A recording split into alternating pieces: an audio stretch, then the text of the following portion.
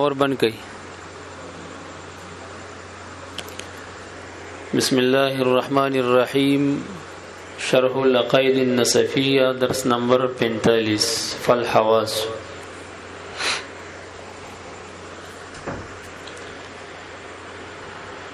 چوالیس یا 45 واللہ علم. اللهم صل علی سیدنا محمد عبدک ورسولک وآلہ وصحبہ وبارک وسلم علیہ.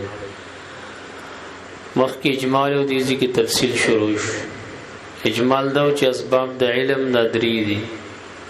اسباب د حصول د علم د مخلوق د پاره درې دي: حواس سلیمه، خبر صادق او عقل. اوس د افاد تفصیل لا فالحواس تفصیل شروع شو. حواس چې دي جمع حاسه، دا جمع د حاسه ده. تشدید د سین سره بداوی لاندې ناکب دی لیکلی دي حاسه. دی وی بمعنى القوة الحاسه، په معنی د قوی سره راواله. بمعنى القوه حاسه په معنی د قوت سره ده. غرض د شارح رحمت الله علیه د دې عبارت نه دفع د توهم نه متوهم را پاسې د وهم کولو چې توی چې حواس د حصول د علم، اسباب د حصول د علم د مخلوق د پاره درې دي. اول ورکی حواس سلیمه دي. آیا د حواس نه مراد به د اعضای جسمانی وي، لکه غوږونه، سترګې، جبه، پوزه، دا شیزونه به مرادي. دا جواب ورکو فاجاب بما ترى، دا چې تی ګوري چې نه دغه نه مراد دغه موازی او قوتونه دي. دغه موازی او د اعضای جسمانی قوت نه مراد دي. اعضا او ارکان ادوات جسمانی دا مراد نه دي، بلکې مراد تنه سدي د دغه اعضا او قوتونه تنه مراد دي. دي کې څه استعدادات الله پیدا کړی دي. قوه سامعه دا غوږ مراد نه دي، بلکې دا غیر درته وی چې دینه مراد قوه دا سوی بمعنى القوه. حاسینه مراد عضو جسمانی نه ده، بلکې مراد تنه قوت دی. ځکه ډیر کرته مونږ ګورو د یو سړي دومره سفر غوګونه او سفینه وری، نو که مراد تنه اعضاء وي پکار دی چې دی کې ادراک وي کنه، دا خو درک نشي کولای د صوت. کله کله موږ سړی ګورو چې هغه سړی ته بک ګوري. وتحسبهم ايقاظا وهم رقود. تبوي چې دا ویخ دی او کتاب باندې بپروتي او دی وودي، لکه د مهیبه په غړېدل سترګو خوب کوي. وی طالب خوري به مولا شي په کتاب پروت یا د ویشن کې خالونه ورسېدلې. نو مراد تینا اعضای جسمانی نه دي، بلکې مراد تینا قوتونه د اعضای جسمانی دي. په دې ځې پوښوي کنه بمعنى القوه. اوس درته وی الحاسه، حاسه چې دا 50 دا 15 دي. حواسو قسم دي 15. الله چې کوم دی هغه ما درته ویلو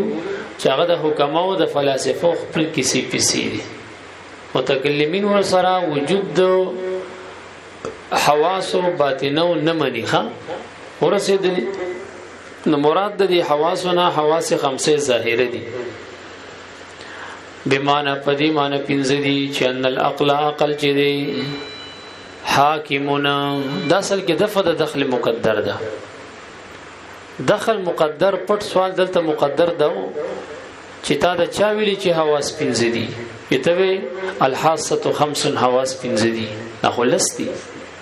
ولی حواس 5 باطنه پکې چرته لاړه. جواب ورکړي بمانه پدې معنی موږ دا خبر وکا چې ان العقل عقل چې دی حاکمونه نه فیصله کوونکې دي بالضروره بالبداهه، په بداحت سره بوجودها په وجود د دې حواس 5 ظاهره او د فیصله عقل کړي ده. ولکه په نشوي ان دې د پاره د دلیل ضرورت نشته دی. بدیهی طور باندې په وجود د حواس 5 عقل فیصله کوي چې دا شته. عقل بدیهی طور باندې د 15 حواس منی موږ ځکه وایو چې دا 15 دي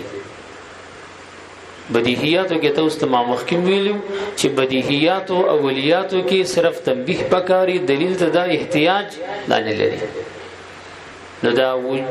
عقل حاکم دی په وجود د حواس خمسه او ظاهره او بالبداهه بداهتن عقل دا فیصله کړی دا دا حواس خمسه ظاهره دا سدي دا موجود دي نو موږ ورته 15 ویل کنه او هر چسته اعتراض دی چې حواس خمسه باطنه چرته لاړل هغه جواب وره و اما الحواس الباطنه او هر چاغه حواس باطنه خمسه دي التي يغا تثبتها الفلاسفه چې ثابتې فلاسفه چاغي ودا هیڅ مشترک دی او دا خیال دی او دا فلان دی او دا فلان دی او دا درې مورد چې مونږ ذکر کوو ورسېدل کنه فلا تتم دلائلها نو تمامي گنه دلائل داغي دلائل کراواله ناغه برابر نه دی تمامي گنه پورواله پکې نشته دی هم موافق نه دي علی الاصول الاسلامیه اسلامی اصول باندې چاغه وتلی نو داغي دلائل دا غیر تمام دي ورسېدل کنه زه ټیک شو جی و می منل چې حواس 15 دي او 5 دي حواس 5 ظاهره کم دي یغش السمع ما درته سوال چې مراد ته قوه ده ځکه دې تفسیر هم څه کوي وهي قوتنا دا یو استعداد دی دا یو قوت دی مودعتنا چې دا اخودلې شوی دی فی العصب المفروش په اغپلا غوړولې شوی خورکړې شوی پلکی فی مقعر السماخ په غدن سوری د غوږ کې تدرک به الاصوات چې مندلې شي په دې سره اوازونه به طریق وصول الهوا په طریقې درسیدلو د هوا هغه هوا المتکیف کما هوا المتکیف خبره باندې پیږي به کیفیت الصوت دا به کیفیت الصوت کی اضافت بیانیه والا هوا کې چې د چپو دراتلو په وجه حکم کیفیت خاصه حاصل شي ته صوت ویلیش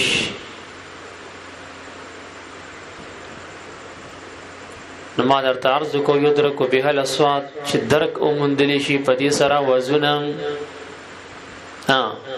به طریق وصول الهوا په ذریعه د سالکه درسیدلو د هوا د سه هوا چې هغه صدا المتکیف چې مشتمل ده په کیفیت د आवाज چې د आवाज په کیفیت څه د مشتمل ده المتکیف بکیفیت الصوت چې دا مشتمل ده په کیفیت د आवाज اوس د هوا څخه ترسيږي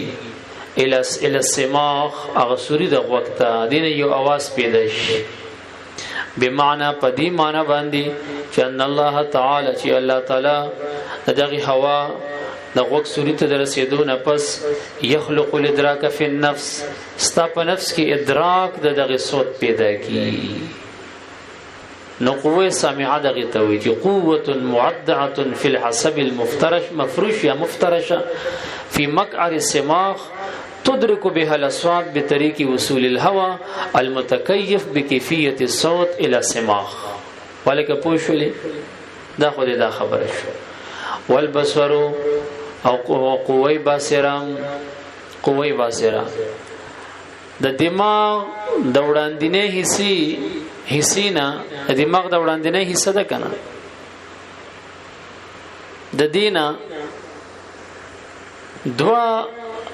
ډډی پلی دي خاصه دوا ډډی پلی دي د سترګو جانب تراغلی دي د دماغ د مخکینه حصینا دوا ډډی پلی دي او د سترګو طرف ته داسې راغلی دي پاغي کې باری تعالی یو ادراک پیدا کړي دي د الوانو رنگونه په خلک ګوري دا تور سپینو شینو برګ اشکال په خلک ګوري مقادیر او اندازې په خلک ګوري دا څومره اندازه شي دي حرکات په خلک ګوري خوبصورتي او بدصورتي په خلک ګوري او د دماغ د وړاندینه حصے نه د غدوه ډډې پلی چې د سترګو طرف ته راغلي دي پاغي کې باری تعالی د دغه اشیاء چې الوان اشکال مقادیر او حرکات او حسن دی قبح ده هغه کې د ادراک قوت باری تعالی وضع کړی دی او دغه مسما دی په سبانه باسره وته وي دي ته باسره وي خبره باندې پیږي کنه او د سترګو د بڼونه فوق د غدواړه پلی چې کم دی د سترګو د بڼونه فوق د غزي کې د دواړه د پلی دای ملاویږي یو ځکیږي سرخه دا چې کله یو ځای شي دینه یو پله جوړ شي منځ کې هغه